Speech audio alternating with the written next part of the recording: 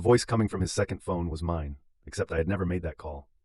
I stood there in our bedroom, his spare jacket half folded in my hands, a cheap prepaid phone glowing in the inside pocket.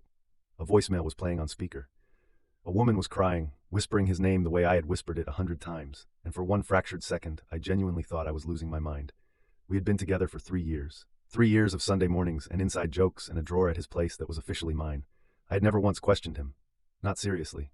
He was the calm, steady one, the one my friends called a keeper. My mom adored him. I put the phone back, I folded the jacket, I sat on the edge of the bed and just breathed. Then I picked the phone back up and went through every single message. She wasn't a random girl. She was his coworker. Someone I had met at his office Christmas party 8 months earlier. I remembered her. She had hugged me hello and said, "He talks about you all the time." I had smiled and meant it when I said she seemed lovely. The messages went back 14 months. 13 months ago, he had told me he loved me for the first time. I didn't cry. I think that surprised me most. I just sat there reading, cataloging, feeling something cold and mechanical take over my chest. He had told her the same things he told me, the same specific phrases. "You make the world quieter." That was his line, the one I thought he had invented just for me. There it was, word for word, sent to her 6 weeks before he ever said it to my face. He came home at 7. I had made dinner. I let him kiss me on the cheek.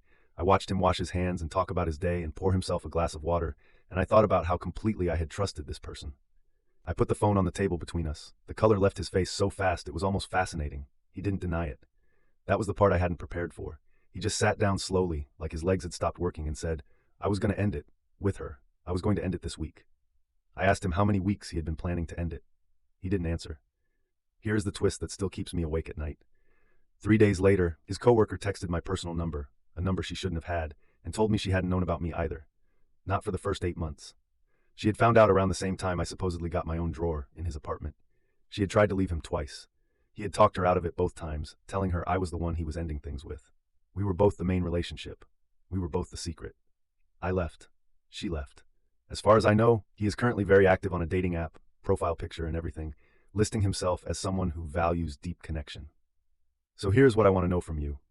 If a friend handed you proof like that, proof that your partner had been running 2 full relationships in parallel, would you confront them face to face, or would you leave without a single word?